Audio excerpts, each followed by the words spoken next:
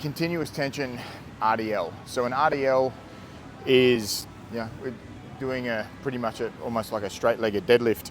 But what we're going to do with this continuous tension, it's going to be one movement through the whole process. So what I'm going to show really quickly is a technique for a normal RDL. So what we're going to do for an RDL is we're going to deadlift into position, and then from this point I'm going to push my hips back. I'm going to have a slight bend in my knees. I'm not going to be bending too much as I go down. I'm going to slight bend in my knees, push my hips back so that the bar travels straight down over the middle of my foot. I'm going to be going down until I feel a stretch in my hamstrings. So we're doing this for our hamstrings. So I want you to feel the stretch in your hamstrings as you go down. Once you get as far as you can go, you're then going to use that same tissue that you're feeling being stretched, coming up to push into extension.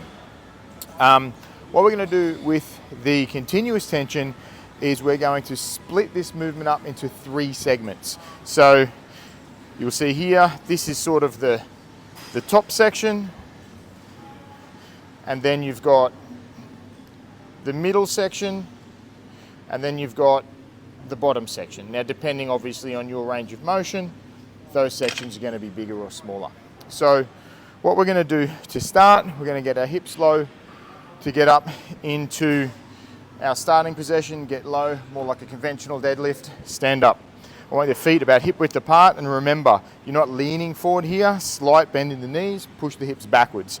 So what I'm going to do here, I want you to do nice and slow, 3 repetitions in that top section, and then slide down, 3 repetitions in the middle section, and then once you've done those 3, you're going to come down 3 in this bottom section without letting that weight touch.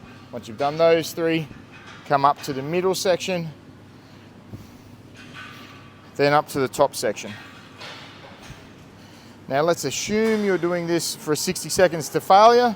You want to have a weight so that when you get to 60 seconds, your hamstrings effectively and a little bit of glutes just stop working. Remember, really important here, particularly from a lower back perspective, is you're not leaning forward at the hips, you're pushing those hips back. That'll take pressure off that lower back, and you're literally just going until you can't go anymore.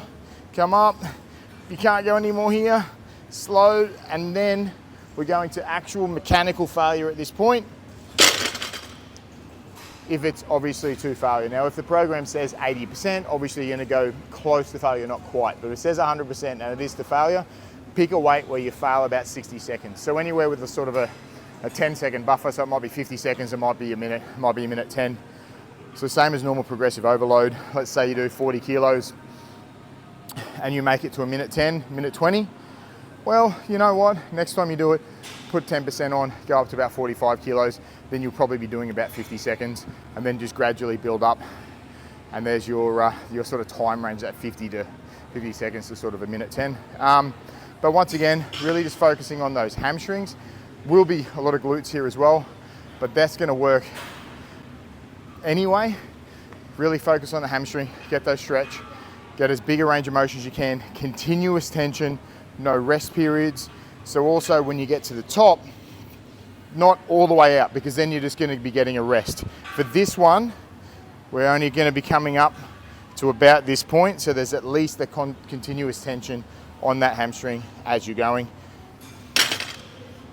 Enjoy.